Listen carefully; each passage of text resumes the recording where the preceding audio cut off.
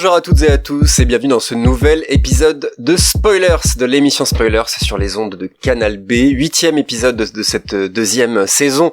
Vous le savez, je ne serai pas tout seul. À chaque fois, à chaque début d'épisode, je dis que je serai pas tout seul, les gens commencent à comprendre, mais j'aimerais que ça rentre bien dans cette émission. Je serai accompagné de Briac. Hello. Comment tu vas? Ça va bien, très content d'être là. Ah bah oui, j'ai l'impression que ça fait un petit moment. À chaque fois, j'ai l'impression, le temps est long entre des épisodes, c'est fou. Guillaume est avec nous également. Salut. Tu vas bien aussi? Très bien. L'émission s'annonce riche et pleine de bons sujets, donc c'est cool. Tout à fait. Un sujet très intéressant qui me tient à cœur. Briac également. C'est faux. Pour l'occasion, nous avons un invité de marque. J'ai eu la chance de passer une tête dans l'un de ses nombreux podcasts. Il s'agit de Emmanuel Pedon. Salut Emmanuel. Bonjour. Ça va bien? Ouais, ça va, très content d'être là. Merci pour l'invitation. Bah, merci à toi d'être venu. Moi, je suis passé dans ton podcast YMCU, ouais. Puisqu'on a pu parler de Vendavision. C'était l'avant-dernier épisode, si je ne dis pas de bêtises. Ça, ouais. C'est ça. Avec moult autres invités. C'était très cool. Est-ce que tu peux nous faire un petit point là sur tes nombreux podcasts? Donc il y a le Coin Pop, After Watchmen. Je te laisse nous expliquer un petit peu tout ça. En fait, le Coin Pop, c'est mon podcast de base que j'ai lancé il y a il y a 2 ans et demi maintenant à peu près. Okay. Sur lequel je parle de pop culture en fait, de tout ce que je peux apprécier dans la pop culture. Donc ça a le mérite d'englober beaucoup de choses. Et petit à petit, j'ai lancé quelques spin-offs sur des sujets spécifiques parce que j'avais envie d'avoir des fenêtres un peu plus larges sur certains éléments de la pop culture. À l'époque, j'avais fait un podcast Lost que j'avais publié sur le Coin Pop. J'ai pas lancé un spin-off pour Lost, mais j'avais fait quand même 6-8 heures de podcast, je crois, en cumulé sur Lost. Et du coup est arrivée une autre série liée à Lost, qui est une série de Damon Lindelof qui s'appelle Watchmen. J'ai entendu parler. Ouais, petit nom. Et pour lequel j'ai lancé un spin-off où on traitait de façon hebdo tous les épisodes et un peu plus. Et derrière, j'ai enchaîné ensuite les spin-offs parce que j'en ai lancé un avec Guillaume Mathias, qui est un collègue podcasteur. Maintenant, on produit tous les deux sur le Coin Pop sur l'univers Star Trek que j'ai enchaîné. J'ai regardé tout Star Trek en 1 an et du coup j'avais besoin d'en parler. Et j'ai enchaîné ensuite derrière avec d'autres spin-offs, Tales from the Sewer sur les Tortues Ninja, dans lequel on parle assez régulièrement. Il y a beaucoup de choses à dire sur les Tortues Ninja parce qu'il y a beaucoup d'itérations à travers le temps. Plus récemment, YMCU, qui parle de Marvel Studios à travers ce qu'on voit à l'écran et à travers les comics, qui a été assez actif ces derniers temps parce que c'était mon gros lancement de début d'année, on va dire. Et j'ai enchaîné très rapidement avec un autre podcast sur la franchise Stargate parce que Star Trek étant en pause, j'avais envie de continuer à garder la tête un peu dans les étoiles en podcast, et du coup je savais que j'avais des collègues assez chauds pour se lancer sur Stargate, et on a lancé Site Alpha du coup à partir de ça. Quelques podcasts du coup, ouais, effectivement. Je crois pas en avoir oublié, mais de toute façon des soirées bien remplies, j'ai l'impression. Exactement. Et tu trouves quand même le temps de passer une tête dans notre émission à nous, donc c'est très gentil. Merci à toi. Alors, je n'ai pas encore annoncé à nos auditeurs et auditrices de quoi est-ce qu'on va parler dans cet épisode, peut-être pas assez précisément. On va parler Marvel Cinematic Universe qu'on va nommer MCU, je pense assez vite dans cette émission. Oui. Le MCU, donc les films Marvel, voilà, depuis Iron Man jusqu'à le dernier, c'est c'est Far From Home, le dernier. C'est Vendavision techniquement, mais sinon c'est Far From Home. J'allais faire le lien avec bien évidemment, parce que vous le savez, ici c'est les séries fantastiques et de science-fiction. Donc on va parler des séries du MCU. Les séries Disney+, les séries avant Disney+, un petit peu tout ça. On va commencer justement par ces séries Marvel, les séries Marvel avant tout ça. Donc du Agents of Shield, du Defenders, du Légion, de toutes sortes de choses. C'est Guillaume qui nous en parlera. Et après une petite pause, je vous parlerai justement des séries MCU sur Disney+, donc du Vendavision, du Loki, du Falcon and Winter Soldier, tout ça. Et on terminera avec les séries en cours de diffusion et surtout les futures séries, parce que on connaît un petit peu la comptine maintenant. On annonce vachement à l'avance quelques séries. Donc voilà, on fera tout ça en fin d'émission. Voilà. Écoutez, est-ce que vous êtes prêts ? Oui. Allez. C'est parti. C'est parti. Eh bien justement, c'est parti Guillaume. Est-ce que tu nous ferais un petit point justement sur ce que tu as toi-même intitulé Marvel avant Marvel? Oui, tout à fait. Ben, comme DC Comics, hein, l'autre grand fournisseur de comics de super-héros américains, les héros Marvel sont depuis super longtemps adaptés sur nos petits écrans. Donc je trouvais ça intéressant de revenir d'abord sur l'avant MCU à la télé, ou en tout cas sur nos petits écrans, parce qu'on n'est plus vraiment à la télé avec Disney+.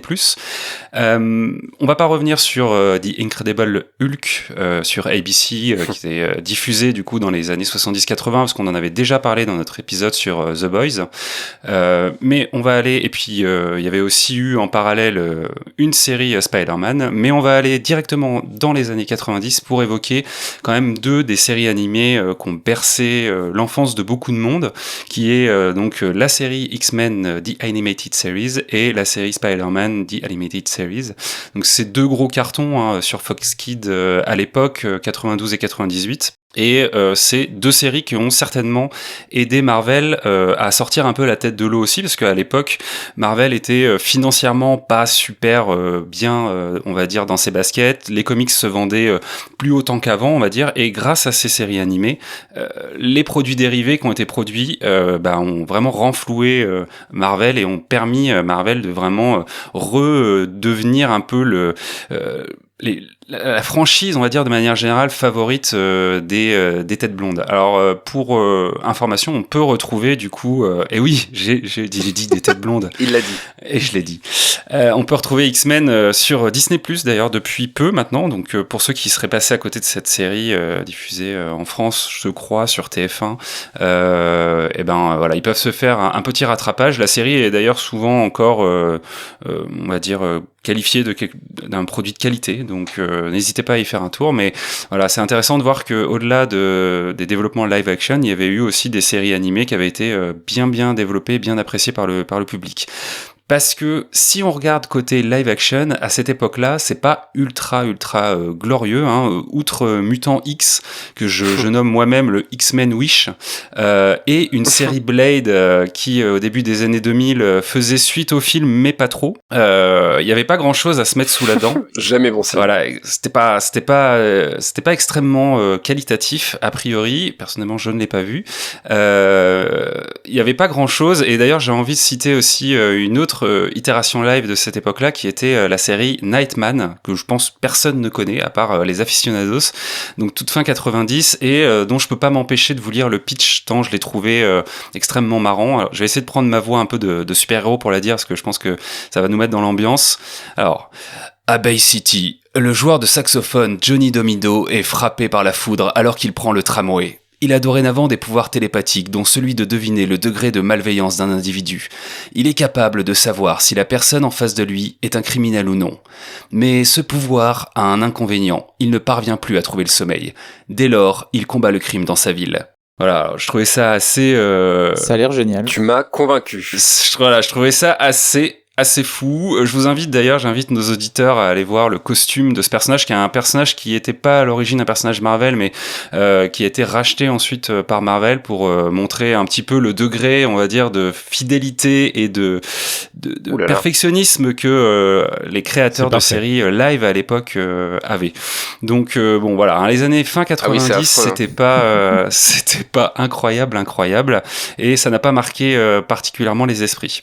Alors, on est au début des années 2000 du coup, et il se passe à ce moment-là une révolution en deux étapes chez Marvel, qui va vous parler forcément. D'un côté, on va connaître la production des films liés au MCU, d'une part, hein, avec Iron Man en 2008, et le rachat de Disney en 2009, d'autre part, et du coup là, avec la réussite de la phase 1 et Avengers en 2012, les choses vont bouger pas mal pour Marvel sur le petit écran, et ça va amener à la création en 2010, en marge de Marvel Studios, qui s'occupe du coup des films de cinéma, de la création de l'entité Marvel Télévision, avec à sa tête Jeff Lubb, qui est connu pour être un scénariste de séries mais aussi de comics, qui est assez réputé.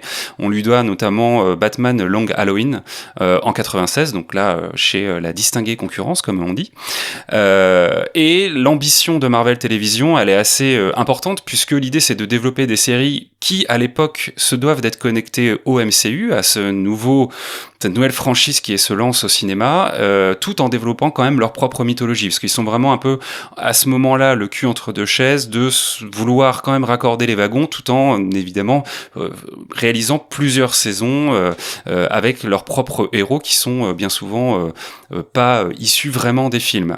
On va retrouver donc celle qui est quand même assez connue aujourd'hui chez ABC début 2013, les agents du Shield, Agents of Shield, donc qui est une équipe d'agents secrets en fait, qu'on a appris à découvrir dans la phase 1 du MCU, et qui tout au long des premières saisons en tout cas de cette série va lutter contre l'Hydra, cette fameuse menace néo-fasciste on va dire, qui du coup agit en sous-main de toutes les intrigues des premiers films du MCU, donc ça c'est à la télévision, et en parallèle à partir de 2015 Netflix va signer un gros contrat avec Marvel pour développer le projet Defenders avec les séries Daredevil, Jessica Jones, Luke Cage et Iron Fist.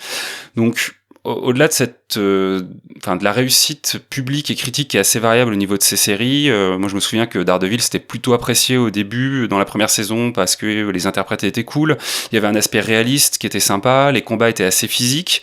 De l'autre côté, Agent of Shield, mine de rien, même si les audiences ont jamais été incroyables, elle ira quand même jusqu'à une saison 7, donc il y a quand même une preuve de la vitalité de ces franchises à la télévision.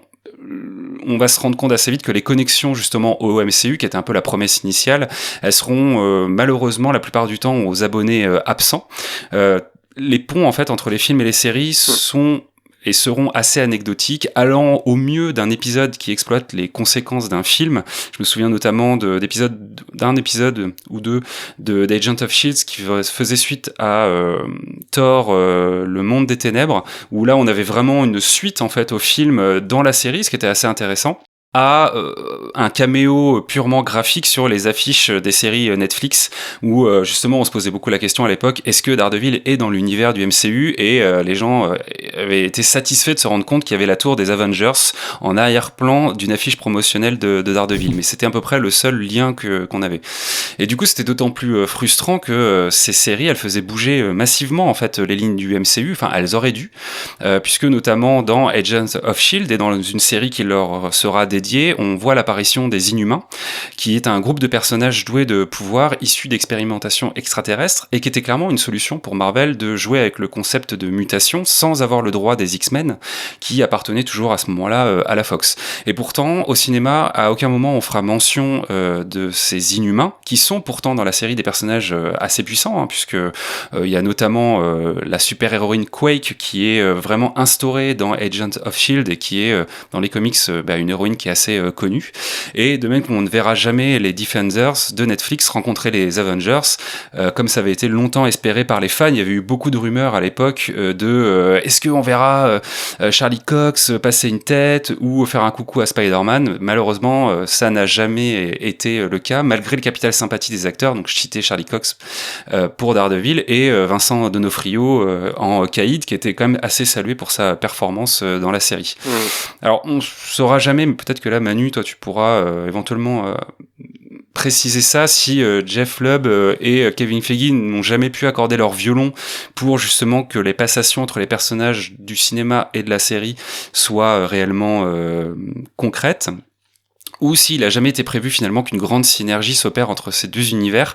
Mais en tout cas ça a jamais été le cas. Et à noter aussi que du côté de la Fox, au début du coup des années 2000, on retrouve deux séries inspirées de l'univers des X-Men et des mutants, avec une série relativement anecdotique qui s'appelle The Gifted, qui a eu quelques saisons, mais qui n'a jamais vraiment brillé d'un point de vue critique et public, et par contre la série Légion, qui là a été bien plus remarquée et bien plus appréciée par la complexité de sa narration, le côté expérimental de sa mise en scène, et qui a réussi en 3 saisons à faire quelque chose qui était assez intéressant par rapport aux matériaux d'origine.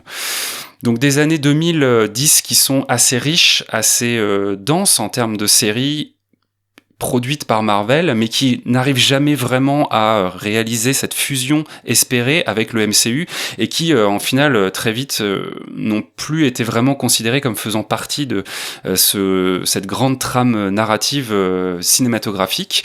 Et la suite, on la connaît, puis on en parlera tout à l'heure. En 2017, Bob Iger annonce le lancement de Disney+.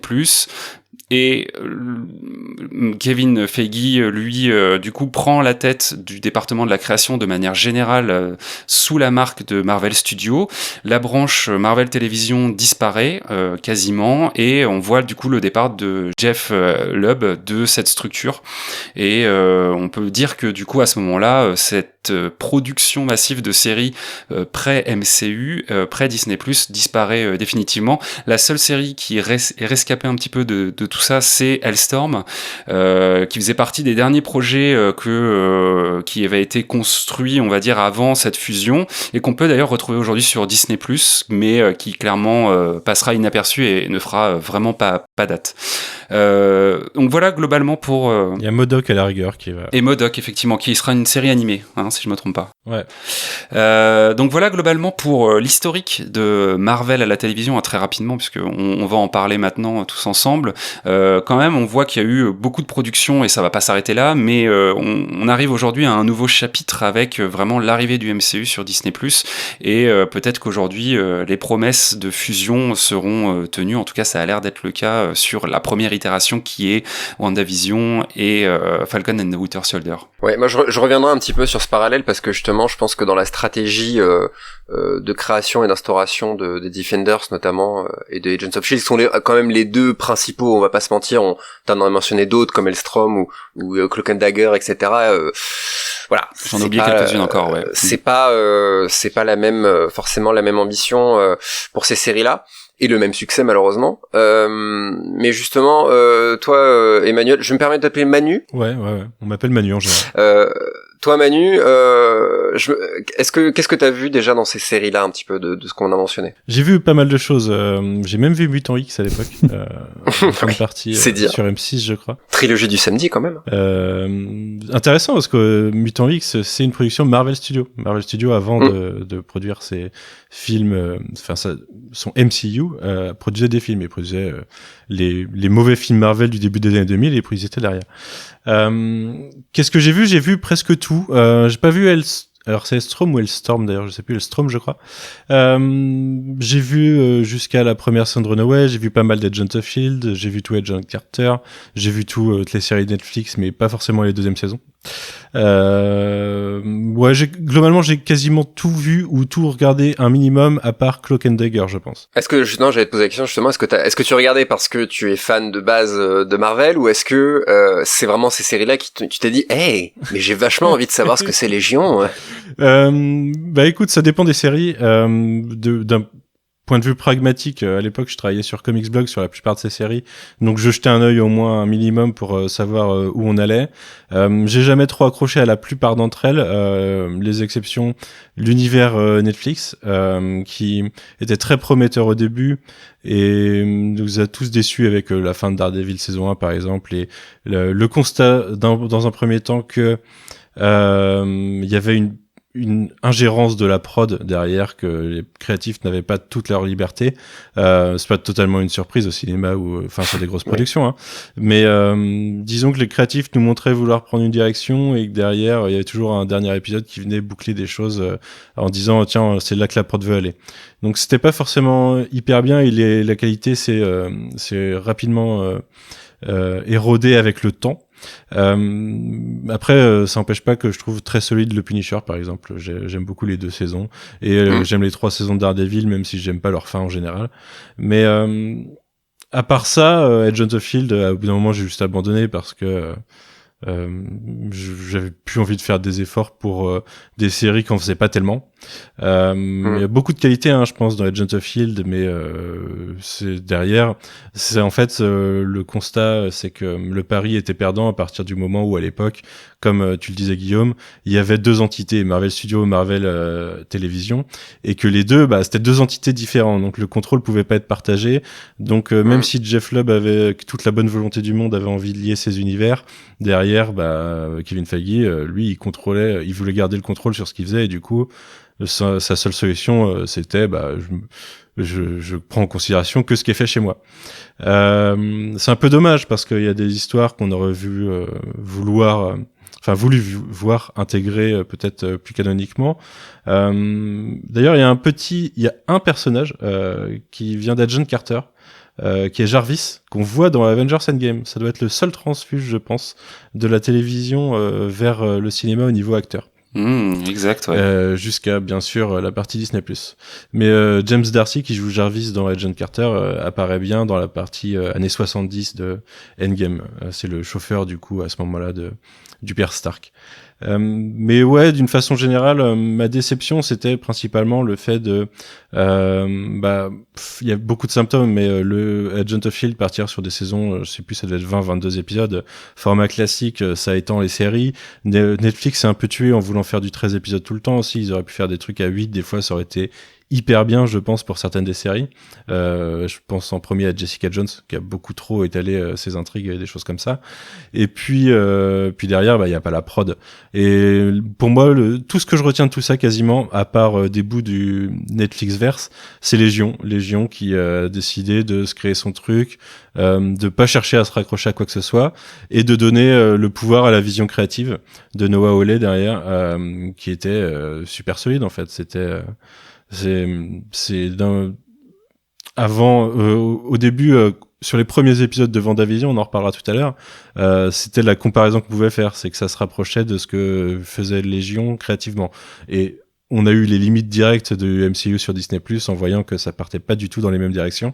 Mais ouais, pour moi, c'est la pépite à retenir de tout ça en tout cas. Qui effectivement n'a pas eu, selon toi, le succès qu'elle aurait mérité. Il y a eu un succès critique, clairement. En fait, Légion a été tué par le rachat de la Fox, tout simplement. C'est que la dernière saison a été diffusée, la Fox s'était rachetée. Il pouvait pas y avoir de suite. Et après, est-ce que c'était nécessaire d'avoir une suite? L'histoire de Légion est assez détonnante avec ce qu'on voit d'habitude. Et avait pas besoin forcément d'être étalée sur une série a pas besoin d'être étalée sur 6 saisons pour être bonne en fait.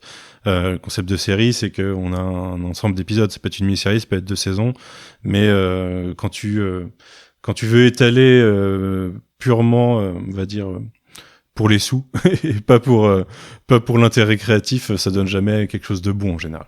Ouais.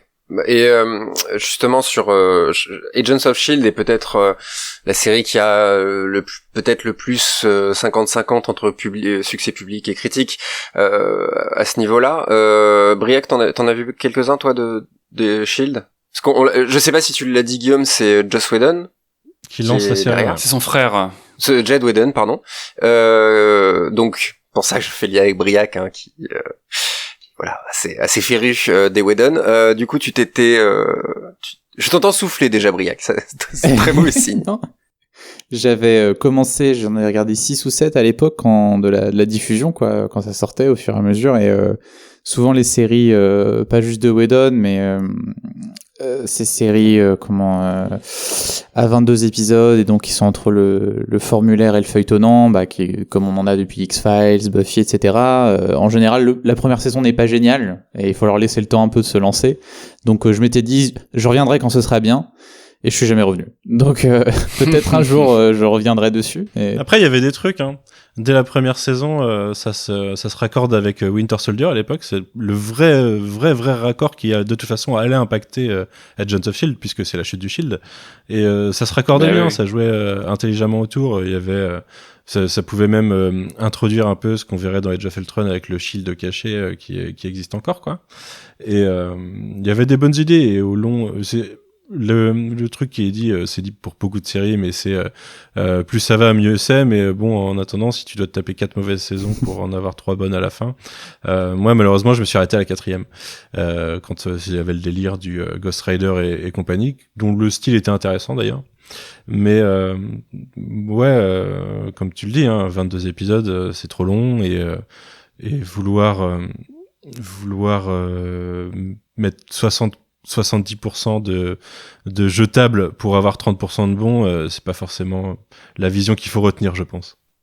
Après, c'était quand même une série qui donnait, comme tu l'as dit, on a eu du Ghost Rider. Enfin, il y avait quand même des éléments qu'on ne retrouvait pas forcément dans les films. Moi, il y a un point sur lequel j'aimerais revenir.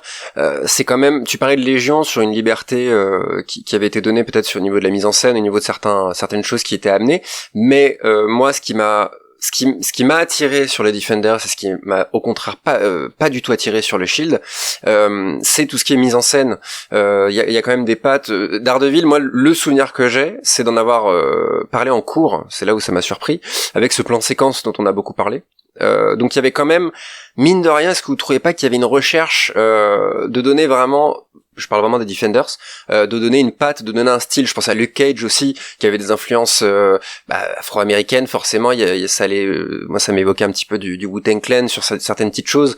Il y avait, selon moi, une bonne volonté de créer des univers et de créer un aspect, une véritable esthétique à chacune de ces 4 séries-là, je crois.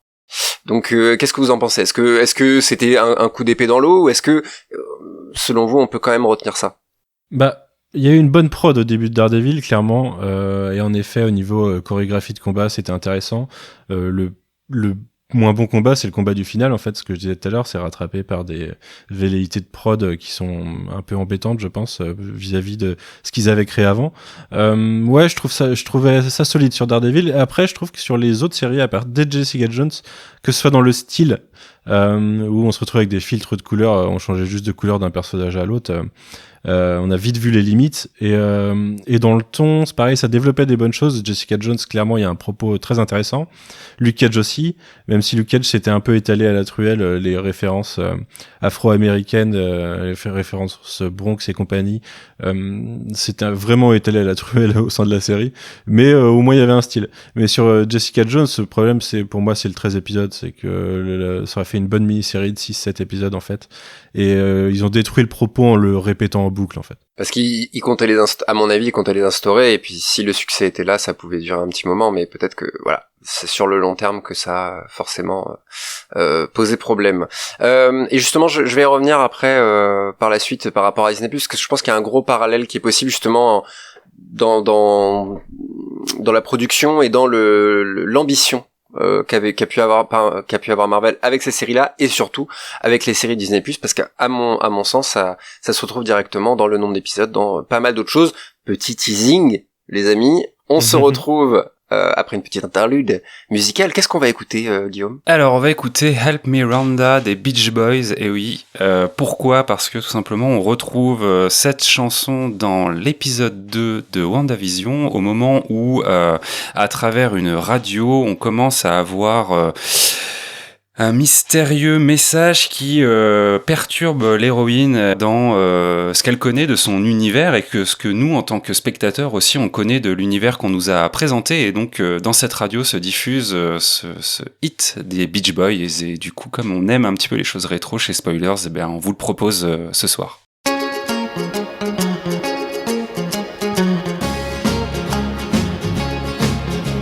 I said she put me down, I do it in my head. Come in late at night and in the morning I just lay in bed. Well, Ronnie, you look so fine, and I know it wouldn't take much time for you to help me, Rhonda, help me get her out of my heart. Help me, Rhonda, help me, Rhonda, help me, Rhonda, help me, Rhonda, help me, Rhonda, help me, Rhonda, help me, Rhonda, help me, Rhonda.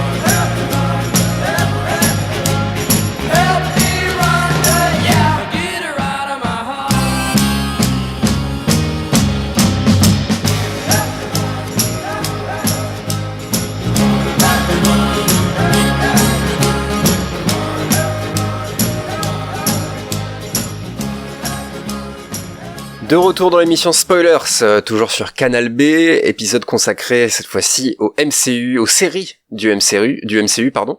Guillaume nous a fait un petit point sur les séries Marvel avant Disney+. À mon tour de vous parler des séries Marvel sur Disney+, justement. Alors, pour l'instant, à l'heure où, je sais pas quand est-ce que vous allez écouter cet épisode, mais pour l'instant, tout ce qu'on a eu, c'est WandaVision en entier. Et petit clin d'œil à Manu pour aller écouter MCU. Ils ont fait chaque épisode semaine après semaine à plusieurs. Vous étiez combien dans le dernier épisode déjà? 11? On était en live, on devait être 10, 9 ou 10. Et puis il y avait 3 non, on était 9 et il y avait 3 capsules à côté, ça. Voilà, donc si vous voulez un détail sur chaque série, on va pas forcément parler de ce qui se passe directement dans les séries, en tout cas pas dans le détail. Et puis je pourrais pas vous faire évidemment de préambule sur l'instauration du MCU au sens très large, au sens canonique depuis Iron Man 1, parce que ça prend un petit peu de temps, et puis c'est pas tout à fait ce pourquoi on est là aujourd'hui. Ce qu'on peut quand même dire, c'est que la phase 4 du MCU change considérablement la donne, puisque la sérialité qui a été mise en place jusque-là ne concernait, on l'a dit, que très peu les séries Marvel, Netflix, et de leur côté les agents du Shield. Ils avaient beau, on va dire, faire leur part du travail, parce que je sais pas exactement comment vous voyez la série, les agents du Shield, mais c'était une manière d'étoffer l'univers sans pour autant marquer véritablement le canon du MCU. Et s'il y a bien un point sur lequel on peut rapprocher les agents du Shield, que je vais appeler le Shield maintenant parce que c'est trop long, les agents du Shield des Defenders, c'est justement ce manque de connexion. Donc encore une fois, Guillaume, tu l'as un petit peu mentionné, dans Daredevil on pouvait voir une tour Stark mystérieuse au loin, mais justement symboliquement c'est intéressant parce que c'est très très loin de l'intrigue propre à Daredevil.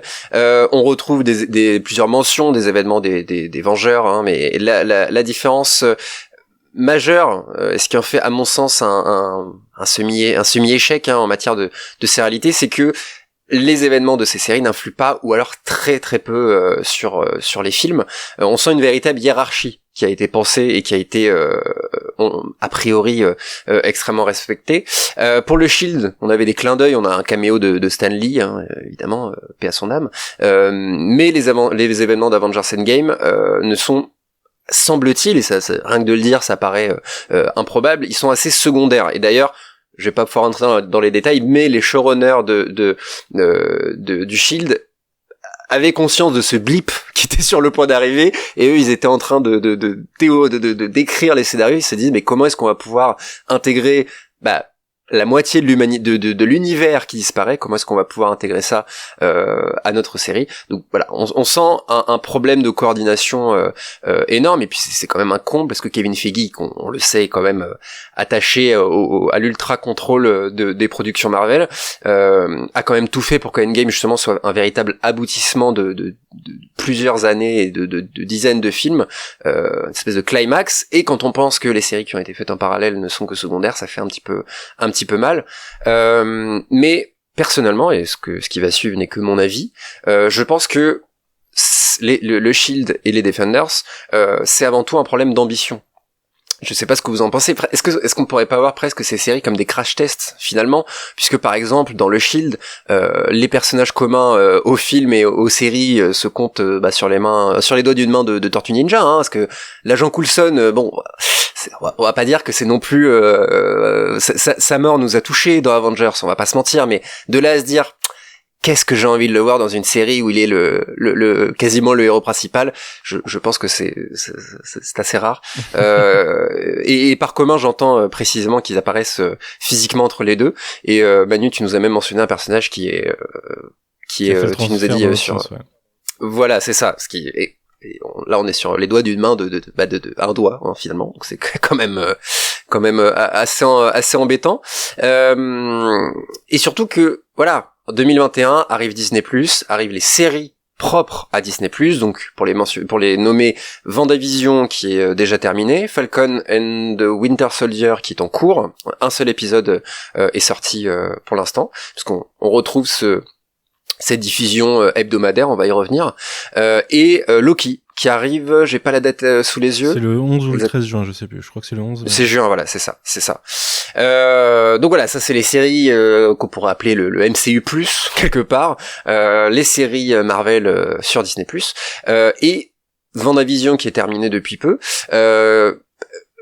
Succès critique apparemment, succès public en tout cas pour la série, et succès critique a priori, puisqu'en tout cas c'est une série qui a eu au moins le talent à l'inverse des Defenders et compagnie de quand même faire énormément parler, de créer cet engouement auprès des fans. Les fans ont eu envie d'aller découvrir qu'est-ce que c'est ce petit élément. Et là, Manu, tu vas pouvoir nous raconter les symboles qui se retrouvent dans les épisodes, les choses cachées, etc., etc. Ça c'est un truc qui toi par exemple en tant que fan t'as fait rester en tout cas dans cette série. Ouais, mais je voulais déjà dire que les circonstances aussi sont très particulières pour le succès de WandaVision. C'est difficile de le prendre individuellement en disant que c'est par son contenu qu'il a créé le buzz. Il faut quand même se dire qu'on a eu la période la plus longue depuis la création du MCU sans nouveau contenu du MCU à cause des décalages créés par les événements de 2020 et qui continuent en 2021. Et du coup, ouais, c'est un peu compliqué de dire que la série a cartonné que par elle-même. Maintenant, aucun film, aucune œuvre du MCU ne cartonne que par elle-même. Elle cartonne aussi parce qu'elle fait partie du MCU. Et j'ai envie de dire même, elle cartonne principalement parce qu'elle fait partie du MCU. On va pas se mentir. Mais en effet, ça a été un beau succès et il y a vraiment beaucoup de cœur qui a été mis dans cette série. Je pense qu'il y avait une vraie volonté de faire quelque chose de différent et depuis quelques années, clairement, les productions Marvel Studios jusqu'il y a 2-3 ans étaient clairement gangrénées par l'inertie de l'évolution de Disney et des studios. On peut parler de sexisme, on peut parler de beaucoup de choses. Les choses mises en avant étaient pas forcément toujours les bonnes et les prises de risques étaient relativement faibles. Là, ils sont les rois du monde globalement, Disney, et ils peuvent se permettre de laisser un peu plus de liberté créative, un peu plus d'expérimentation, que ce soit au niveau de la réal, au niveau des scénaristes, et du coup ça donne une série comme WandaVision qui dans l'ensemble en effet, moi, elle m'a permis de théorie crafter toutes les semaines pendant 9 semaines, enfin pendant 8 semaines du coup. Et c'est quelque chose que je trouve intéressant de revenir déjà à un format semaine après semaine. C'est quelque chose qu'on a un peu perdu ces dernières années. Ça fait qu'on vit pas les séries de la même façon, qu'on vit pas une œuvre de la même façon. Et elle était pleine en effet de petits bonbons, de petits Easter eggs, de petites références. D'éléments qui justement appellent au theory crafting et ça a beaucoup joué sur le bouche à oreille sur la série, quelque chose qui je pense arrivera moins sur Falcon and Winter Soldier. Je le constate d'ailleurs en audience de podcast. Mon premier épisode sur Falcon and Winter Soldier a moins bien fonctionné que tous les épisodes sur WandaVision. Parce que les gens n'ont pas forcément envie d'écouter un podcast toutes les semaines sur Falcon and Winter Soldier. Là où WandaVision, ça les a intrigués, ils connaissent moins les personnages, et c'était plus psychologique que tactical, explosion et compagnie. On y reviendra peut-être d'ailleurs, mais je trouvais la bande-annonce de Falcon Winter Soldier bien mensongère par rapport à ce que le premier épisode nous montre, c'est un peu plus profond quand même que ce qu'on pouvait attendre. Mais ouais, en effet, ce passage vers Disney+ a pour l'instant bien fonctionné. Mais il faut revenir, tu disais maintenant on a des personnages qui sont au cinéma, enfin qui viennent du cinéma et qui vont avoir un vrai impact. C'est parce que, comme disait Guillaume tout à l'heure, depuis 2019, Kevin Feige est à la tête de tout, du coup, d'un point de vue créatif, télévision et cinéma. Et que en plus, Disney a lancé Disney+, donc il y avait des trucs à créer. La pandémie, je pense, a pas mal bougé leurs échéances sur certaines séries. On va voir, après je pense qu'on va parler du planning un peu. C'est très serré cette phase 4 sur 2 ans, beaucoup de choses en fait, en film et en série. Et en série cette année on doit avoir 7-8 je crois, ce qui est assez énorme. Donc ouais, c'est un succès, c'est bienvenu parce que avant, on n'avait vraiment pas quelque chose de cohérent. Et tout à l'heure, tu parlais de plusieurs niveaux. Pour moi, c'est un oignon en fait la continuité, mais c'est quelque chose que on connaît avec Star Wars par exemple. le principe qu'il faut se dire, c'est que tant que ça fait pas partie de l'univers principal, tu peux considérer que ça existe tant que l'univers principal vient pas le contredire. Et du coup, la continuité du MCU au ciné, jusque-là, s'est permis de prendre Jarvis à un moment donné parce que voilà, ça lui faisait plaisir. Il y avait le rôle, il y avait l'occasion. Mais ils vont totalement se torcher avec les Inhumains, je pense, par exemple. Il y a aucune raison qu'ils prennent aucun élément de continuité des Inhumains dans cet univers. Et Agents of S.H.I.E.L.D. a beaucoup traité des Inhumains, donc considérer Agents of S.H.I.E.L.D. canonique, Kevin Feige, je pense qu'il a oublié depuis très longtemps. Il a même pas eu envie d'y réfléchir, tu vois. Donc voilà, en gros, je pense que la grosse clé de ces dernières années, c'est un peu plus de liberté chez Disney, la prise totale du pouvoir de Kevin Feige, un peu comme Kathleen Kennedy sur Star Wars, le contrôle total de ce qu'ils font, et l'occasion qui fait que bah là, c'est le moment parfait pour lancer plein de séries sur Disney+. Moi, la question que je me pose un peu et que je vous soumets du coup à toi Manu et à toi Charles et peut-être aussi à toi Briac, pourquoi pas, c'est est-ce que moi je suis pas un grand connaisseur des comics et j'aime le MCU parce que je suis fan des genres de l'imaginaire et que chaque film apporte un peu des nouveautés par rapport à ça. C'est du grand spectacle, c'est un peu ces films qu'on aime voir en famille ou pour se détendre, on va dire. Donc j'aborde tout ça avec vraiment un plaisir assez enfantin quelque part, mais et j'ai compris très clairement toute la construction qui a été terminée, comme tu le disais, CHP, par Endgame, quoi. Je l'ai trouvé très clair avec cette succession de films, ces trilogies autour de personnages, voire un petit peu plus, etc. Et là, j'avoue que moi, je suis très perdu par rapport à la stratégie générale, justement, de ces nouvelles phases. Et je me pose vraiment la question de comment ces séries, du coup, s'intègrent dans cette trame narrative générale, puisque on le sait, elles sont intégrées à la phase 4 et à la phase 5, hein, donc ces grands ensembles que Marvel crée pour englober, on va dire, des séries de films. WandaVision fait clairement partie de et les séries qui vont suivre également. Et au cinéma, quand on regarde, certes il y a eu la pandémie, donc ça explique beaucoup de choses, mais on est aussi un peu perdu par les sorties et l'évolution de l'univers et dans quel sens ça va. On sait même pas s'il y aura un prochain Avengers par exemple. Est-ce que vous avez pu entrevoir entre les séries qui sont sorties et puis du coup celles qui ont été annoncées, quelle est la stratégie de Kevin Feige et du MCU dans la construction d'un nouveau climax, justement, quoi? Bah, en fait, moi, ce qui m'intéresse, c'est pas tant la stratégie, parce que comme je disais hors antenne, je pense qu'on saura pas vraiment véritablement Kevin Feige ce qu'il prévoit. On essaie d'analyser ce qu'il prévoit, mais ce que lui il a dans la tête, c'est quand même assez flou, puisque tu parlais de son manque d'intérêt pour le Shield, par exemple. Non, oui, mais non. C'est-à-dire que il doit composer avec le Shield quoi qu'il arrive dans sa stratégie. Moi, ce que je trouve assez fascinant, j'ose le mot, avec ces séries Disney+, c'est que on vient redéfinir la hiérarchie du MCU. C'est-à-dire que avant, et tu parlais de Star Wars notamment, c'est exactement ça. C'était les films, c'est le canon. Et tu t'éloignes pas trop du canon, si on t'autorise à faire joujou dans ton coin, mais tu t'éloignes pas trop. Et ce que je trouve assez fou, c'est que tu parlais de Theorycraft par exemple, Manu tout à l'heure, et c'est un truc qui m'a frappé sur WandaVision, parce que justement WandaVision, les théories qui étaient faites, ce dont on parle, pour moi l'autre produit dont on parlait le plus à côté de WandaVision par rapport à WandaVision, c'était Doctor Strange 2. C'était pas Falcon, c'était pas Falcon et Winter Soldier, c'était pas Loki, c'était même pas des choses d'avant, c'était un autre film. Donc déjà Kevin Feige clap parce que c'est ce qu'il a, à mon avis c'est ce qu'il a voulu faire, enfin c'est ce que la production a voulu faire, et sur ce point-là c'est assez réussi, puisque c'est quand même assez fascinant de voir que ce qui a le plus titillé les gens ont envie de voir la suite, mais dans un film. Donc je trouve ça assez étonnant, et surtout par rapport au Shield, ni vous ni moi n'avons vu les 7 saisons du Shield, et on s'en porte pas forcément plus mal. Par contre maintenant, si vous n'avez pas vu les séries Disney+, que vous attendez la sortie de Doctor Strange 2 pour vous y remettre, et que vous voyez débarquer une sorcière rouge au top de sa forme alors que vous l'avez laissée en train de pleurer la mort de Vision, vous allez être complètement paumé. C'est-à-dire que là, les films d'avant, chaque film, devaient être vus pour voir la continuité, que maintenant, c'est les séries que vous allez devoir regarder. Donc le pari est quand même ambitieux. Donc si je devais définir une stratégie actuelle du MCU, je dirais que l'objectif dans un premier temps est peut-être de donner plus de corps à des personnages qui étaient secondaires dans les films et de les rendre principaux dans des séries, ce qui est une stratégie plutôt intéressante et réussie à l'heure actuelle, à mon sens, pour Wanda et Vision.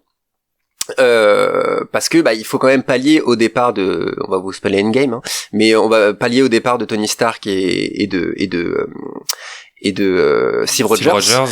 Voilà, pour instaurer de nouveaux personnages secondaires, en faire le Falcon va devenir a priori le nouveau Captain America, et ainsi de suite pour tourner un petit peu en vase clos. Donc pour finir, et ce n'est que mon avis encore une fois, je dirais que la meilleure preuve de cette sérialité en vase clos, c'est que Marvel a annoncé d'un coup 3 séries sur Disney+, donc ce qui est à l'image des annonces, des célèbres annonces à chaque phase par Kevin Feige à tel ou tel Comic-Con de l'époque, qui étaient quand même des événements ultra attendus, et puis il annonçait directement quasiment à la date près chaque sortie, et surtout, il faut pas oublier que ces 3 séries sont des mini-séries.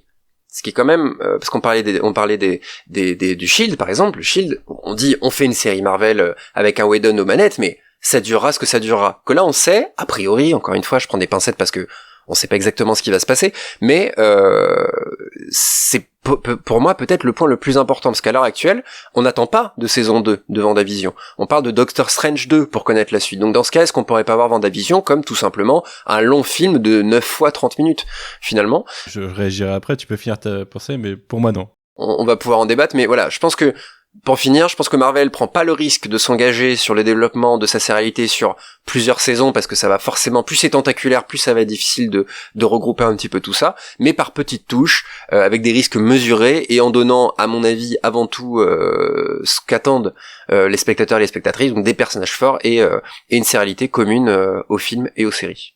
J'attendais la question de est-ce que c'est des grands films ou est-ce que c'est des mini-séries. Pour moi déjà en fait c'est clairement pas des grands films, parce que le format sériel change totalement le principe de développement et le principe de production. Un film, une série, c'est clairement pas pareil d'un point de vue de développement de personnage, mais d'un point de vue aussi réalisation, production. Ça ne fonctionne pas pareil à la rigueur. En fait, et c'est la critique qui est faite depuis longtemps à Marvel Studios, le Marvel Studios, c'est plus une longue série de plein de films, de plein de longs épisodes à la rigueur. Ça a plus un format sériel qu'un format saga de film, réellement. Voilà pour cette partie-là. Pour revenir sur ce que peut être la stratégie de Marvel Studios, je veux dire qu'ils sont un peu un tournant en fait dans leur histoire. Déjà ils ont fini leur Infinity Saga, donc forcément sur leurs 23 premiers films, comme tu le disais tout à l'heure Guillaume, il y a un climax. Le climax c'est Thanos, et il est teasé depuis le début, il arrive à la fin, on est content, on a bouclé l'histoire. Derrière il faut qu'ils pensent à leur futur, et leur futur c'est plus compliqué parce qu'il va falloir introduire de nouvelles menaces, mais ils ont aussi des rachats qui font qu'il va falloir introduire des nouveaux personnages. Ils vont avoir toute une phase sur laquelle ils nous ont annoncé les Fantastic Four pour cette phase. Ils vont nous annoncer probablement les X-Men par la suite. Donc je pense qu'on va avoir, on va dire, peut-être 2 phases pour arriver à un univers Marvel complet, presque réunifié. Et encore, Spider-Man, ça va être compliqué parce que Spider-Man appartient toujours à Sony. Petit aparté pour ceux qui savent pas, mais t'en as pas totalement parlé, Guillaume, tout à l'heure, quand ils étaient au bord de la banqueroute dans les années 90, Marvel, ils ont vendu leurs droits ciné de leurs personnages qui marchaient bien, qui étaient les X-Men et Spider-Man, et les Fantastic Four, à d'autres studios, ce qui fait que c'est pour ça que les X-Men que vous connaissez, ça fait pas partie de l'univers Marvel Studios. Pareil pour les premiers Spider-Man, pareil pour les Fantastic Four. Aujourd'hui, ils ont tout récupéré. Et si Captain America et les Avengers sont les plus grands héros de la Terre, c'est parce que Marvel savait très bien qu'il fallait les repopulariser et mettre en arrière leurs autres personnages dont ils avaient vendu les licences pour pouvoir créer son univers cinématographique. Donc si tout le monde connaît Iron Man aujourd'hui, c'était pas le cas en 2008 en fait, parce que le personnage, les Vengeurs, c'était pas des grands personnages de comics, pas au même niveau que les X-Men ou Spider-Man. sur papier. Et ils ont totalement changé la donne pour pouvoir développer leur univers. Aujourd'hui, ils vont avoir ça à récupérer pour le développer avec le reste de leur univers, donc je pense qu'ils sont plutôt contents, mais ils ont un lourd travail à faire. Il faut qu'ils préparent leur futur, et cette phase, elle est là pour ça, elle est là pour développer de nouveaux personnages jeunes, principalement, parce qu'on va avoir les Young Avengers qui vont arriver à un moment, c'est sûr, et on nous a introduit des personnages via Iron Man 3, via Hawkeye en fin d'année, on aura Kate Bishop, les enfants de Wanda dans WandaVision sont destinés à devenir des spoiler alert, mais sont destinés à revenir et à devenir des Young Avengers plus tard. Donc on a toute cette partie-là, et côté Vengeurs, je sais pas si vous vous souvenez, mais la post-gen de Far From Home tease que les Vengeurs ils sont plus trop sur Terre et qu'ils sont peut-être sur une mission dont on découvrira les aboutissements, les tenants et les aboutissants plus tard, quoi. Et à côté de ça, on a beaucoup de choses, on a beaucoup de multivers dans cette phase 4, qui d'ailleurs a jamais été appelée phase 4 par Marvel, je crois. Ils l'ont pas présenté dans le phase 4 puisqu'ils l'ont présenté dans leur conférence Disney Investors, où c'était en gros le futur de chaque franchise, mais je suis pas sûr qu'ils aient parlé de phase 4. Officiellement c'est la phase 4 clairement, mais je suis pas sûr qu'ils l'aient mentionné comme ils avaient marketé phase 1, phase 2, phase 3 auparavant. Toujours est-il qu'il y a beaucoup de multivers et que on reparlera peut-être de Loki tout à l'heure, ça va jouer. Endgame a ouvert des portes qui vont rester ouvertes pendant un moment. Doctor Strange 2, on en parle, ça parle de le multivers dans le titre. On va nous introduire les Fantastic Four, on va jouer avec Spider-Man et un probable multivers. Tout ça est là pour mettre en place, bousculer des choses un peu pour la suite, je pense, même si c'est encore difficile de théorie-crafter sur comment les choses vont se produire, mais moi j'ai toujours je suis persuadé que les Fantastic Four qu'on va découvrir seront déjà installés, en fait, que Marvel va jouer avec le fait que on connaît les persos, même si on les a vus dans des films qui font pas partie de cet univers-là, et qui peuvent récupérer des Fantastic Four qui voyagent dans le multivers et les introduire dans le MCU, et pas se refaire des origin story un peu comme ils ont pas refait les origin story de Batman dans BVS, quoi. Ils savaient que, enfin, tout le monde connaît Batman. Puis Spider-Man aussi, c'est un petit peu. Spider-Man, c'est pareil, ouais. C'est pas exactement. Ils nous ont pas montré la mort de l'oncle Ben, ils nous ont bien confirmé qu'il était mort, mais et encore même la morsure, etc. Voilà, exactement. Ouais. Donc ils ont beaucoup de choses à faire, en fait. Briac, sur ce point, pour revenir à la question, parce que je sais que toi tu sauras mieux analyser que moi ce qui fait une longue série sur le feuilletonnant, etc. Justement sur ce point, toi qui as vu WandaVision, est-ce que tu as eu ce sentiment de long film, ou pour toi justement, comme le disait Manu, non, c'est véritablement une série, etc.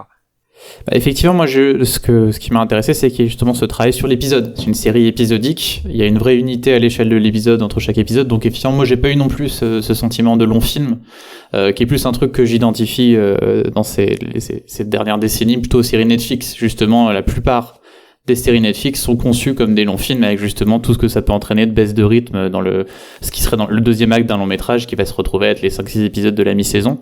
Et c'est une des qualités, je pense, des séries qu'on peut retrouver en ce moment sur Disney+, puisqu'ils ont bien compris comment s'appuyer sur leur modèle de diffusion au niveau narratif. Que The Mandalorian, c'est pareil, c'est une série qui travaille l'épisode, et ça permet de générer des conversations sur Internet chaque semaine, et on avait bien vu que ça a marché à fond sur WandaVision. On va voir ce qui va se passer, effectivement. C'est intéressant ce que tu disais, Manu, sur la baisse d'écoute sur Falcon and the Winter Soldier, parce qu'effectivement, par contre, on va revenir sur ça plus tard, mais moi j'ai par contre plus eu le sentiment de voir le tout début d'un film avec le premier épisode de Falcon and Winter Soldier, et beaucoup moins le sentiment d'un travail sur l'épisode. Il y a que ce cliffhanger effectivement qui vient donner un petit côté unité, mais effectivement on se doute que ça risque par la suite de poser les bases d'autres choses. Il y a un autre truc que je voulais préciser, c'est que aussi le format série nous permet de montrer en fait des trucs qui sont classiquement de la MCU en dehors, entre deux films. C'est-à-dire les développements de personnages, leur vie de tous les jours, on la voit jamais en fait. On a vu la famille d'Hawkeye un jour, mais c'était pendant une crise. Et les séries, ça sert à ça sert aussi à montrer l'à côté et comment l'univers autour de ces personnages évolue. Et c'est quelque chose qui se développe à travers des séries, qui se développe difficilement à travers des films en tout cas. Probablement. C'est pour ça qu'ils vont multiplier justement les séries pour développer ce côté tentaculaire dont je parlais, parce que on va faire un petit point sur les futures séries, mais effectivement on sent cette volonté de surproduire beaucoup de personnages. Ouais.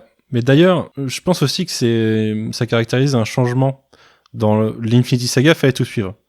Là, je pense qu'on va se retrouver avec des clusters de séries et de films qui seront compréhensibles ensemble, mais que Disney et Marvel essayent de toucher des publics différents en se disant c'est pas grave si vous allez pas voir tout, regardez les trucs qui vous intéressent. Et en fait, c'est juste de la surproduction, comme on surproduit de la BD, comme on surproduit beaucoup de choses, en essayant de toucher tous les publics un petit peu, plutôt que tout le monde beaucoup. Et ça m'étonnerait pas que les futurs films et les futures séries fassent des moins gros scores que ce qu'on a vu jusqu'ici, parce que on va les regarder en mode popcorn, donc ça fera toujours des gros scores de toute façon. Mais il y a des choses qui intéresseront moins des gens, et ça va servir les séries servent à introduire des personnages qui apparaîtront dans les films, et les films des personnages qui interagiront dans les séries. Tout se lie, mais à des échelles plus petites, je pense. Et justement, je vous propose qu'on fasse une petite pause. On reviendra sur ces futures surproductions, cette future surproduction qui arrive. On va écouter The Monkees avec Daydream Believer. On se retrouve tout de suite après.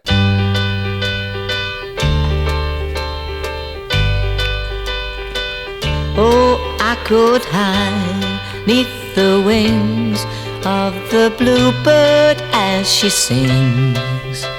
The 6 o'clock alarm would never ring, but it rings and I rise, wipe the sleep out of my eyes. My shaven razor's cold and it stings. Cheer up, sleepy Jean, oh, what can it mean to a daydream believer and a homecoming queen?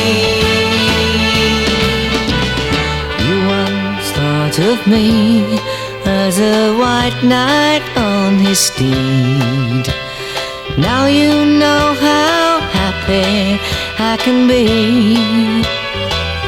Oh, and our good time starts and ends without dollar one to spend.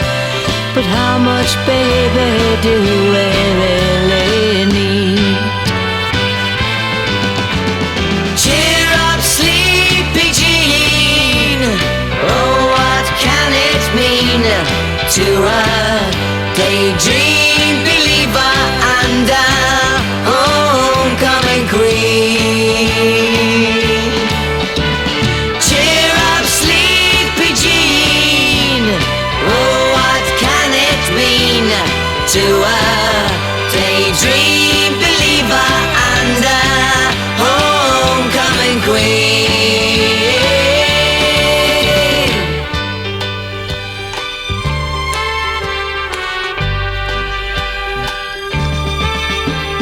Cheer up, sleepy Jean, oh, what can it mean to a daydream believer and a homecoming queen?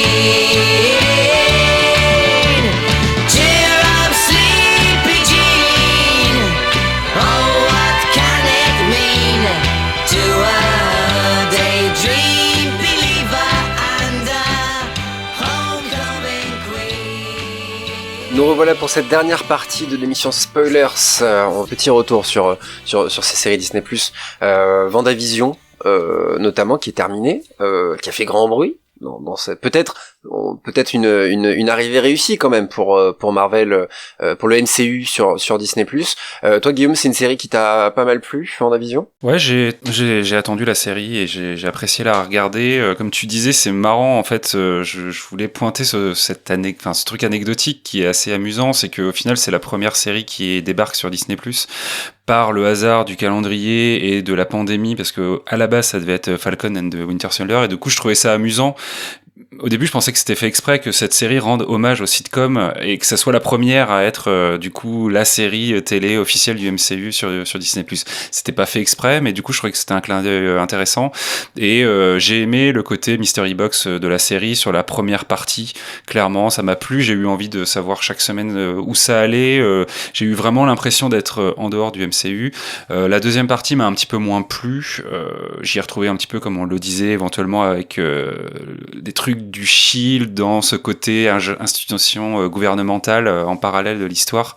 Donc voilà, un peu un ressenti bigou, on va dire. Par contre, comme tu le disais, Manu, la série, c'est vraiment le format du temps long, et là-dessus, je trouvais que c'était cool qu'ils utilisent ça pour vraiment parler de thèmes qui étaient intéressants. Donc le thème du deuil et de la dépression chez WandaVision. Je suis content qu'ils aient osé aborder ce genre de thème-là, et là-dessus, je trouvais que c'était assez réussi. Moi, je suis passé un petit peu à côté de l'émotion, je dois dire, mais je reconnais que c'était intéressant et que ça a apporté une profondeur et c'est à ça aussi que servent les séries, quoi. Effectivement, à pouvoir suivre des personnages sur plusieurs épisodes pour s'attacher à eux, rentrer un peu dans leur tête, et voilà, quoi. Donc, je pense pas que on puisse dire que WandaVision est une grande série, mais je pense qu'on s'en souviendra quand même comme étant effectivement la première du MCU, et qui en plus a tenté des choses assez originales dans, en tout cas, la mise en place de son intrigue et ses premiers épisodes. Moi, je pense même que c'est une série qui va nous manquer sur ce point, parce que Briac l'a mentionné sur le premier épisode de Falcon and Winter Soldier, que moi j'ai trouvé très cool, mais même ce cliffhanger qu'on va pas mentionner parce que peut-être que des gens été bookés et qu'ils ont pas eu le temps de regarder, mais il y a un cliffhanger qui est un peu moins personnellement, je trouve, ce n'est que mon avis, mais WandaVision avait une telle liberté, si j'ose dire, dans la forme, dans les clins d'œil, plus que des clins d'œil sur Malcolm, sur des séries, sur différents trucs, qu'avec le temps, est-ce qu'on va pas se dire, est-ce que ça va pas nous manquer justement cette variété? À chaque épisode, on dit alors attends, où est-ce qu'ils vont nous emmener là, avec dans le Dick Van Dyke Show ou dans le tout ça, que Falcon ou Winter Soldier, ils vont juste rentrer dans le moule finalement du MCU, et je pense, ce n'est que mon avis, mais je pense que ça va nous manquer. Manu? Bah, c'est ce que je disais tout à l'heure quand je suggérais qu'il y en aura pour tout le monde. C'est que je pense qu'on en reverra des trucs comme WandaVision. Et déjà, Loki, je sais pas si t'as eu le temps de regarder le trailer au final. Du coup, oui, je l'ai vu. Je voulais pas, on va pas mentir à nos auditeurs et auditrices, je voulais me garder la surprise, des trois, c'est celle que j'attendais le plus, mais je l'ai regardé. Et en effet, je pense qu'avec Loki, on retrouvera des trucs comme ça un peu, tu vois, puisque on va explorer des altérations de timeline ou des choses comme ça, et ça va nous apporter un peu de diversité dans tout ce qu'on peut croiser, quoi. Bah peut-être que c'est peut-être pour ça que c'est trois séries, parce que d'un côté on aura WandaVision qui était quand même assez libre avec des guillemets, Falcon Winter Soldier qui est très Captain America dans la forme, et peut-être que Loki va être le 50-50 entre les deux, comme tu viens de le dire, ça pourrait être intéressant. Briac, toi tu tiens plus Loki, là Oui. il m'appelle tous les jours. Non mais il faut l'entendre le Briac là. Tous les jours il m'appelle pour me parler de Loki. Non mais voilà, c'est quand même des séries qui t'attirent. Non. Mais pourquoi? C'est intéressant. Alors, je vais pas vous mentir, je connaissais la réponse. Mais qu'est-ce qui va te manquer? Alors, grosso modo, moi, j'avoue, j'ai lâché le MCU il y a quelques années maintenant. C'est-à-dire que c'est pas quelque chose que je déteste, mais c'est quelque chose qui me parle pas ou me motive plus. Enfin, je prends pas de plaisir à les regarder, donc j'ai arrêté. Et c'est quelque chose que je regrette parce que j'aimerais bien aimer, en fait. J'aime bien quand beaucoup de gens aiment quelque chose et participer, mais là, ça me parle pas. Donc, je retrouve pas ce que j'aime dans justement le cinéma grand spectacle, ou ce genre de film ou les films. Mais dans les séries, justement. Voilà. Et les séries, alors j'étais intrigué par WandaVision, justement. Et alors pour essayer de faire un avis rapide puisqu'on n'a pas trop de temps, je vais devoir m'axer principalement sur mes reproches à la série, mais il faut savoir quand même que même si j'ai beaucoup de reproches, j'ai pas détesté, j'ai pas passé un mauvais moment et j'ai pas d'animosité envers la série comme je pourrais en avoir sur quand on a parlé de certaines séries, entre autres françaises par moment. Le premier problème que j'ai avec WandaVision, c'est que c'est donc une série qui a un hommage au sitcom, on l'a dit, mais qui est pas drôle. Et moi j'ai très peu ri en fait devant cette série, devant les passages qui sont justement censés se passer dans des sitcoms. Or je trouve que c'est un problème quand par exemple dans les 3 premiers épisodes, ça va être la majorité de ton épisode, c'est on refait une sitcom et on te met un petit passage un peu bizarre pour entretenir le mystère et la mystery box, mais le reste du temps je ne ris pas. Et pour moi du coup c'est une facilité parce qu'on va pouvoir te dire oui mais c'est le concept, c'est que c'est pas vraiment une sitcom, c'est juste une illusion. Oui mais du coup votre truc c'est que vous faites une sitcom, vous avez pas besoin d'être drôle, vous avez une excuse qui est construite, donc je ne sais pas ce que je regarde, c'est quoi ces scènes, c'est censé faire quoi, c'est quoi ma réaction. Bah moi j'ai pas ri, et donc je me suis ennuyé sur ces passages là, donc surtout dans la première partie de la série. Ça c'était mon premier problème. Le deuxième c'est sur l'aspect justement, tu disais mystery box, Guillaume. Donc série à mystère simplement parce que c'est un truc qui est quand même antérieur à J.J. Abrams. C'est qu'en fait à l'inverse de considère d'être bonnes séries de Mystery Box, donc bien sûr Twin Peaks, qui est la première feuilletonnante, Lost, même Westworld sur certains points, ou Mr. Robot, qui en fait ça pas mal sur certaines choses.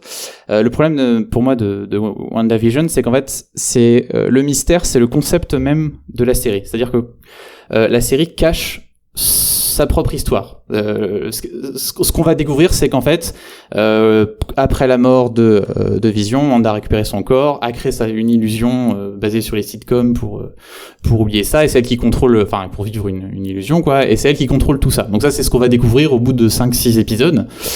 Pour moi, ça devrait être le premier truc qu'on apprend en fait. Ça devrait être tout ce qu'on apprend en fin du premier épisode. On a besoin de toutes ces informations au niveau dramatique pour que ce qu'on voit nous parle et soit intéressant. Là, ils ont dilué tout leur concept narratif sur 6 épisodes. Donc le mystère, c'est le concept même de la série.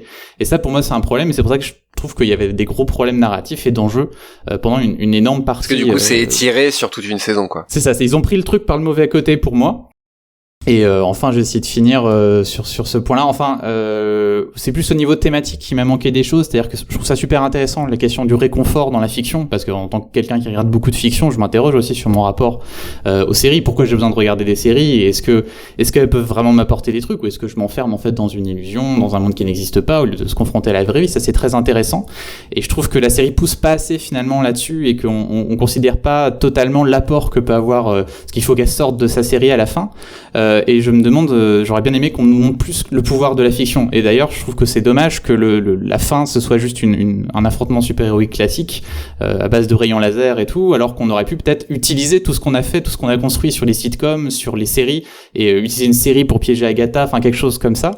D'autant plus que je trouve que d'abord, toute cette idée donc d'un personnage qui s'enferme dans un récit qui le réconforte pour ne pas affronter un événement de sa vie, c'est quelque chose qu'une série comme Community a fait au moins 2 fois dans des épisodes, qui je trouve beaucoup mieux construit sur des épisodes de 20 minutes que l'entièreté de la saison de WandaVision, et plus intéressant dans la manière dont ils jouent avec certains codes. Mais bon, ça c'est moi qui suis très fan de Community, mais donc voilà, je trouve que c'est déjà un truc qu'on a vu. La sitcom avec des éléments bizarres, on a vu ça dans Mr. Robot, on a vu ça dans Natural Born Killers d'Oliver Stone, même David Lynch a fait ça avec Rabbids. Enfin, il y a des trucs beaucoup plus inquiétants, beaucoup plus maîtrisés là-dessus. Et enfin, ce qui m'a gêné dernièrement, c'est qu'on parle du côté réconfort donc de la sitcom pour Wanda, et de la manière dont elle se plonge dedans pour échapper au réel. Or actuellement, l'équivalent vraiment au niveau mondial, c'est le MCU, et c'est ce que ça fait pour tous ces spectateurs, c'est ce truc doudou qu'on va voir et dans lequel on se plonge. Et il m'a manqué cet aspect peut-être un peu méta, un peu réflexif, que la série parle aussi des histoires de super-héros à ce niveau-là, et de comment ça pouvait s'identifier à ce que vit Wanda avec les sitcoms. Donc voilà l'étendue de mes différents problèmes avec WandaVision, mais Ouais, non mais je comprends ce que tu dis, mais moi la différence entre toi et moi, c'est que moi je me dis c'est quand même ok, c'est faible, c'est pas omniprésent dans WandaVision, mais c'est quand même présent, et c'est quand même des tentatives qui sont faites dans ces séries-là. Donc voilà, c'est un petit peu voir comment est-ce que tout ça, on parlait de Loki, etc. Voilà, c'est un petit peu ça qu'il faut voir aussi, quoi. Pour finir, on va lister un petit peu les séries qui sont attendues. Guillaume, est-ce que tu peux nous dire un petit peu ça? Donc on a Miss Marvel déjà. Ouais, bah, comme tu le disais, il y a eu énormément de séries annoncées, soit en cours déjà de tournage, soit qui vont arriver plus tard. Donc dans celles qui sont déjà tournées ou en cours de tournage, on a Miss Marvel et Hawkeye, effectivement, pour la fin de l'année, ou tout début 2022 pour Hawkeye. Et ensuite, on a, au moins dans ce que j'ai pu lister, ce qui est intéressant, c'est que du coup, Miss Marvel, nouvelle héroïne, certes liée à, du coup, comme son nom l'indique, Captain Marvel, mais nouvelle héroïne quand même. Hawkeye, personnage secondaire du MCU, qui là, lui, va être le héros de sa série, mais pas tout à fait non plus, puisque, comme le disait Manu, il va être secondé par un sidekick qui risque de prendre de l'importance. Et ensuite, on a 3 séries de personnages totalement inédits, ou en tout cas de contexte inédit, avec Moon Knight en 2022, She-Hulk aussi en 2022, et Secret Invasion, qui est plus un event, en tout cas au niveau des comics. Un event majeur des comics. Après ça, les utilisations de nom d'event de comics, en général, ça reprend pas du tout le principe du comics de base, quoi. Pas du tout. Ils prennent juste les noms, en fait. Civil War, on s'en souvient. Bah, Civil War, à la rigueur, est relativement proche, mais Age of Ultron, rien à voir, quoi. Age of Ultron, c'est un event Marvel, mais ça n'a rien à voir dans l'intrigue. Donc voilà un peu pour le calendrier, si je n'en ai pas oublié. Puis donc Loki qui arrive là tout de suite après Falcon and the Winter Soldier en juin.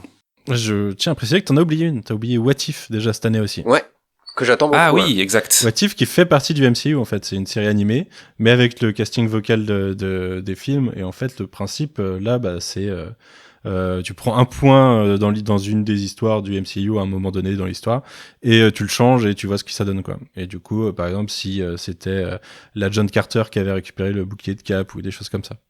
Il y aura, je crois qu'il y a un épisode Marvel Zombie d'ailleurs dans des choses comme ça, ouais. Et là, j'espère qu'ils vont donner de la liberté aux gens qui vont faire ça, parce que ça peut être très très cool, quoi. Ça peut être un bon moyen d'attendre. Moi, ça m'évoque Love, Death and Robots. Pas forcément beaucoup de liens, mais sur ce côté anthologique, animation, etc., liberté créatrice, qui était vraiment, si vous n'avez pas vu Love, Death and Robots, allez-y, c'est très très très bien. Et alors, si c'est un peu avec du Marvel à l'intérieur, ça peut être extrêmement cool. On va voir un petit peu tout ce que ça va donner, mais effectivement, depuis plusieurs années, je vais pas vous mentir, je l'ai pas dit, moi j'ai écrit mon mémoire de fin d'études sur l'instauration du MCU au cours des 2 premières phases, et on me disait à l'époque, ouais c'est bien parce que bientôt il y aura plus de films de super-héros et ce sera intéressant d'avoir quelqu'un qui a. Voilà, j'ai écrit mon mémoire en 2018, donc ça fait déjà 3 ans. Et bah j'ai l'impression qu'il y a jamais eu autant de trucs, parce que là les séries en plus est-ce que ça va pas être le point culminant de ce côté gavage, parce que là non seulement il y avait beaucoup de films, mais là, les séries, on les a listées, Miss Marvel, Hawkeye, She-Hulk, etc.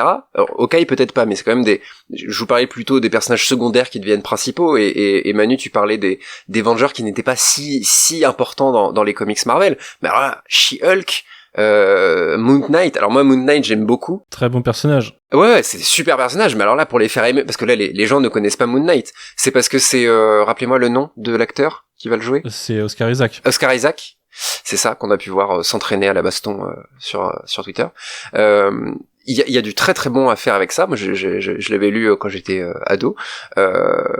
Donc ce qui fait que moi personnellement, je sais pas vous, est-ce que vous êtes plutôt impatient, est-ce que ça revient encore tout à l'heure, est-ce qu'on aura encore des trucs un peu stylisés comme Vendavision? Moon Knight, c'est quand même un schizophrène, ouais. qui est habité d'anciens dieux égyptiens, qui peut qui du coup se retrouve dans ses meilleurs arcs dans des hôpitaux psychiatriques, a des visions complètement absurdes de mélange de réalité d'ancienne Égypte et de New York, des choses comme ça. Et beaucoup de personnalités, donc ça, pour moi, Moon Knight, je suis assez chaud. Ça devrait donner quelque chose, au moins visuellement et thématiquement, d'intéressant. Ouais, mais même She-Hulk, hein, il y a peut-être du bon à faire avec ça, selon comment. Alors She-Hulk, on va le dire au cas où si vous ne savez pas, c'est la cousine, je crois, de Bruce Banner. Ouais. À qui il transfuse son sang dans les comics. C'est ça, ce que j'allais dire. Ouais, on transfuse du sang de Banner. Et elle devient, alors pour le coup, elle est tout le temps énorme et verte. Non, ça dépend. Donc, ça dépend des arcs. Enfin, elle est obligée de prendre un truc pour redevenir normale, mais disons que sa forme classique est plutôt tire sur le vert. Et Guillaume? Ouais, ce que je trouvais intéressant par rapport à ces séries, c'est que par rapport à la fameuse stratégie dont on ne sait pas ce qu'elle sera, mais je trouve que tu l'as un petit peu évoqué, Manu. On sent c'est des tests, quoi. Je crois que She-Hulk, par exemple, est annoncé, même s'il y a encore le temps que ce soit démenti, parce que il y a eu des bisbilles autour notamment de l'actrice qui devait jouer, qui ne joue plus, mais qui rejoue en fait le personnage principal, que ça allait être plutôt une comédie. Ouais, elle a toujours été là pour le jouer. Ouais, voilà. Que ça allait être plutôt une comédie. Effectivement, tu l'as dit, Moon Knight, ça risque d'être quelque chose d'assez particulier avec tout cet aspect un petit peu schizophrène. Il faut, en tout cas. Est-ce que, en fait, aujourd'hui, Marvel, que ce soit au cinéma ou en série, mais principalement aussi en série, ne va pas essayer de tester des genres, en fait? Est-ce que c'est pas un laboratoire de ce point de vue? Et la série s'y prête super bien. C'est-à-dire que, pour le coup, en effet, WandaVision, on était sur cette série à mystère. Falcon and the Winter Soldier, on est sur ce truc plus conspirationniste, techno-thriller. Loki, on va être vraiment sur quelque chose qui va être plutôt lié à des voyages dans le temps, donc des versions de personnages, beaucoup d'aventures, ouais, un côté un petit peu à la Doctor Who entre grands guillemets, et voilà, Miss Marvel, c'est un personnage qui est très jeune, donc est-ce qu'on n'aura pas un truc qui sera un peu teinté teen show? Voilà, on peut se dire que via ce line-up là, il y a peut-être quelque chose qui sera de l'ordre du test et de l'expérimentation. En tout cas, on peut l'essayer, et moi, mon petit kink, on va dire, ça va être de voir ces personnages sur le grand écran avec un peu plus de moyens et peut-être un peu plus d'intention. Dans WandaVision, WandaVision, c'est l'histoire de Wanda et de Vision, mais c'est aussi presque l'origin story d'un personnage qui s'appelle Monica Rambeau, qui est amené à réapparaître au cinéma dans Captain Marvel. Enfin, il y a des chances, quoi. J'ai envie de voir ce qu'ils vont faire de ce personnage, voilà, c'est quasiment sûr, ouais. Ce qu'ils vont faire de ce personnage sur un grand écran avec un peu plus de moyens et peut-être une mise en scène de ses capacités et de son jeu d'actrice amélioré, bonifié, je sais pas, en tout cas différent, quoi. Ça, j'ai envie de voir ce que ça va donner aussi. Ouais, c'est vrai. Mais il y a aussi un truc, c'est que c'est de toute façon un test permanent, puisque WandaVision, ça peut pas avoir de saison 2 de WandaVision. Le concept de WandaVision est dans la saison de WandaVision. Tu pourrais avoir une série Scarlet Witch après. Tu peux avoir une série Monica Rambeau si tu veux, et tu peux avoir je sais pas, mais Loki, tu pourrais avoir une série Kill Loki potentiellement, tu vois, derrière. Chaque série en fait pour moi n'est pas vouée à avoir une seconde saison. Falcon and Winter Soldier, à la fin ça sera Captain America, hein, faut pas se mentir. Donc il y aura pas une saison 2 de Falcon and Winter Soldier, au pire il y aura Captain America et Bucky, je sais pas. Mais et ce que je veux dire, c'est que par rapport à peut-être le MCU avant cette nouvelle phase, on va dire, auquel on a peut-être fait la critique de lisser un peu ces personnages. Je pense que avant Thor Ragnarok, on avait peut-être un peu l'impression que finalement le traitement était tout le temps un peu le même, appliqué à chaque film et à chaque personnage. Là, j'ai l'impression qu'ils vont monter un peu d'un cran dans la spécification de chacun des univers et tester plus de choses de ce point de vue-là, quoi. Mais en fait, ils s'ouvrent un catalogue, tout simplement. Et est-ce que justement les séries vont devenir un petit peu, on parlait d'hiérarchie pour terminer, mais on parlait d'hiérarchie, est-ce que les séries vont devenir l'antichambre du cinéma? C'est-à-dire, ce que je veux dire, c'est que, imaginons que Moon Knight a un succès phénoménal, est-ce que ça veut dire qu'il aura droit à son film à lui, sur grand écran, etc., ou est-ce que ces personnages-là sont condamnés à rester, ou est-ce que justement ils vont aller et venir de série en film, etc., etc. Ce serait peut-être le point le plus fou dans la réussite, dans l'œuvre de Kevin Feige. Tu pourrais avoir une série ou un film Marvel Knights qui va combiner plusieurs persos. Il y aura Blade aussi à un moment. Ouais, c'est ça. Est-ce que Marvel va s'amuser derrière à aller, s'ils arrivent à instaurer toutes ces séries-là et que toutes ces séries-là marchent, c'est qu'on en a encore pour 30 ans. Mais ce qui a été fait avec Avengers au ciné, avec Defenders à la base, c'est Netflix, c'était l'idée, hein, essayer de introduire des trucs d'un côté, les personnages passent de série en série. Ils auraient bien aimé arriver dans les films, on aurait tous kiffé de voir Daredevil se battre. Mais non. Il y avait Howard the Duck qui se battait dans cette putain de cette putain de bataille d'Endgame. Pourquoi il n'y avait pas Daredevil? Ce ne sera pas pour cette fois, malheureusement. Tout n'est pas perdu avec le multivers, peut-être que. Ouais.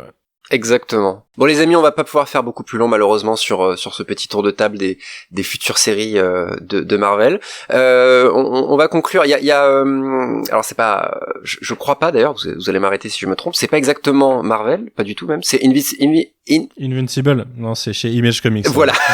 C'est du Skybound. C'est ça. Parce que c'est Robert Kirkman qui a créé. C'est ça. Tu l'as lu toi cette série? J'ai lu, j'en ai lu pas mal. J'ai dû lire les 6 premiers volumes, donc en gros.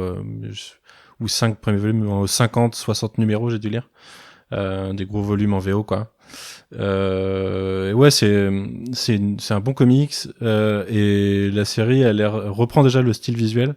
Elle a l'air de bien adapter le truc, donc moi, ça me chauffe pas mal, en tout cas. Ouais, ce sera sur Prime Video, showrunné par Simon Ratsiopa, qui est de Dark Crystal, qui a été malheureusement annulé, si je dis pas de bêtises. Guillaume Non, ne pleure pas, Guillaume. Vous n'avez pas l'image, mais il est meurtri. Netflix a annoncé Jupiter's Legacy pour mai 2021. Alors encore une fois avec des pincettes, hein, forcément. Autre adaptation d'un comics de Mark Millar, donc qui est maintenant extrêmement riche, avec du Kick-Ass, du Kingsman, etc. Mark Millar qui est fortement lié au MCU, puisque les débuts en fait du MCU se basent pas mal sur ses travaux sur l'univers Ultimate. Il a écrit Civil War, il a écrit pas mal de trucs majeurs qui ont été repris, adaptés dans le MCU. Tout à fait. On a aussi The Boys, dont on a déjà parlé dans cette émission. Tu l'as vu The Boys, Manu? Qu'est-ce que t'en as pensé? Ouais, je l'ai vu, très content. C'est une série que j'aime bien. C'est un comics que je déteste et une série que j'aime bien. Ce qui est très rare. C'est le genre c'est du Garcenis à la base. C'est assez trash, Garcenis. Et je m'attendais à un truc tout aussi trash que le comics. Et au final, c'est plus subtil, ça fonctionne mieux.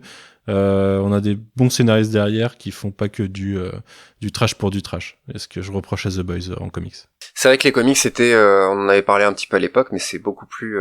Ils ont même arrangé certains points du scénario pour que ce soit moins trash, donc c'est effectivement intéressant de voir ça. Donc The Boys saison 3, on attend ça, et il y a un spin-off aussi qui va aller avec, donc. Bah écoutez les amis, merci beaucoup pour cet épisode. Manu, je t'invite à faire une promo sur tes moult podcasts. Je suis très mauvais en promo. Même dans mes propres podcasts, j'ai tendance à ne pas faire la promo de mes autres podcasts. Bah écoutez, Où est-ce qu'on peut te retrouver en tout cas? Le mieux c'est de suivre Le Coin Pop puisque c'est le cœur du podcast et qu'il en fait c'est le flux principal dans lequel il y a tout. Donc vous pouvez me suivre sur Le Coin Pop sur Twitter. C'est dispo sur toutes les plateformes d'écoute de podcast.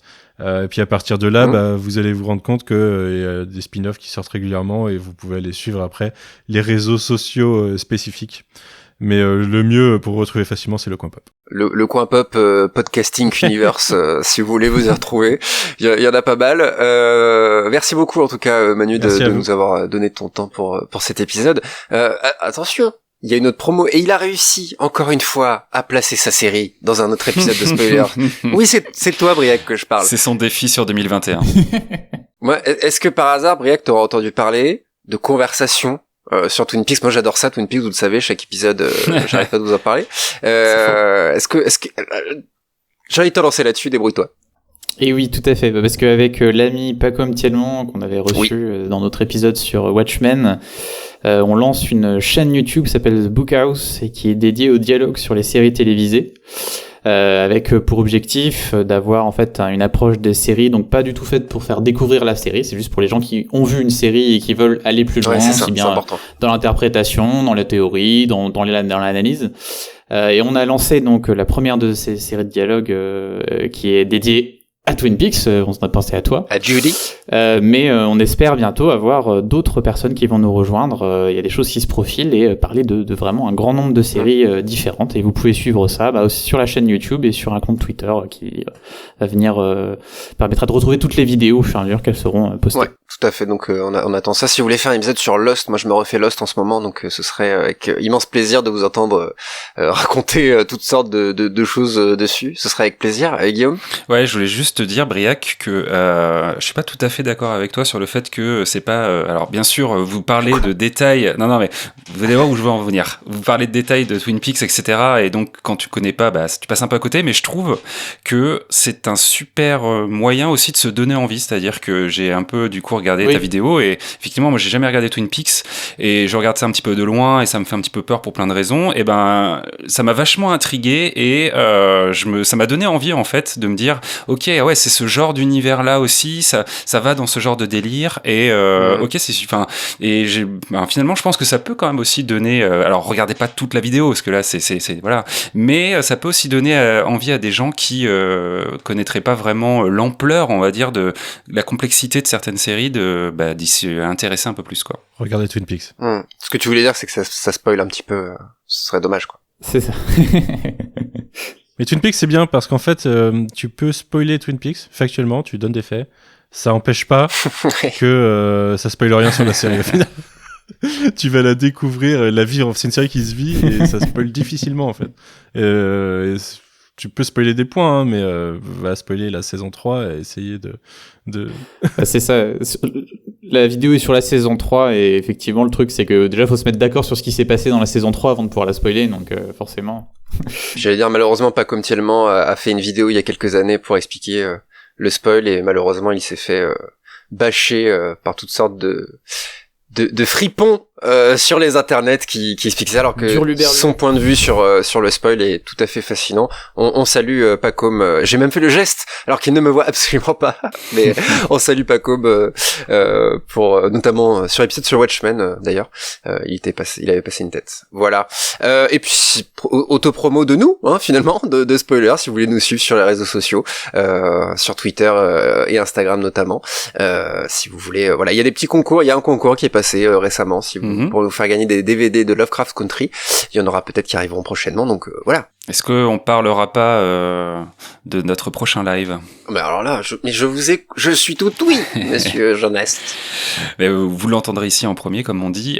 Prochain live, du coup, sur la chaîne Twitch de Spoilers, où on parlera de X-Files. Voilà, on va changer un petit peu la formule cette fois, et on vous tiendra au courant de la manière d'appréhender au mieux ce nouveau live pour nous accompagner sur ce dont on parlera, et on aura une invitée dont je garde encore un petit peu le mystère et qu'on annoncera très, très bientôt. Voilà. Je peux te souffler un invité si t'en as besoin d'autres. Je peux t'en souffler sur X-Files. Il y a pas mal de fans d'X-Files, effectivement. On aura l'embarras du choix, mais surtout, comme tu l'as dit, le plus important, c'est qu'on a un peu retravaillé le conducteur et différentes choses. Il y aura tout plein de choses. On va pas vous spoiler maintenant. C'est pas le but aujourd'hui. Le but aujourd'hui, c'était de parler des séries du MCU, et je pense que c'est fait. On a fait un petit tour de table. Merci les gars pour cet épisode. On se retrouve très très vite sur les ondes de Canal B. Bisous. Allez, salut. Salut. Bisous.